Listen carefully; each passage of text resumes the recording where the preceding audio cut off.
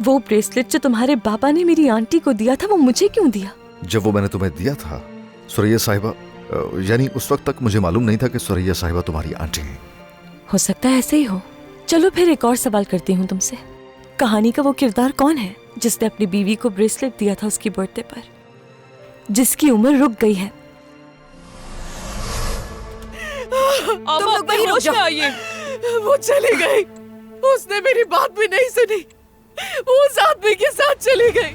क्या? वो कमाल के साथ चली गई? कहाँ लेके गया है कमाल उसे? उसने नहीं सुनी मेरी। मैंने तुमसे हमेशा सच बोला कमाल, लेकिन जिस तरह के जवाब तुम मुझे दे रहे हो ना, मैं खुद को यकीन नहीं दिला पा रही हूँ कि सच बोलोगे तुम मुझसे। बहुत अफसोस हुआ कि तुम ऐसा महसूस कर रही हो।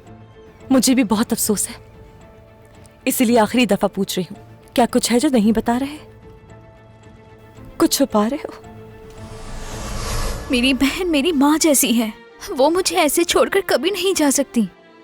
मैंने उस पर हाथ उठाया सहरन, अपनी बेटी को मारा जिसके लिए पूरी दुनिया जला देती मैं। खाला वो इस वजह से हमें छोड़कर कभी भी नहीं जाएगी। लेकिन वो चली गई। वो मेरे साथ ऐसा कैसे कर सकती है?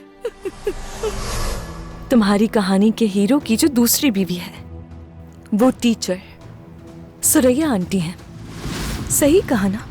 तो इसका मतलब तो यही हुआ कि मेहमत ही अशरफ है।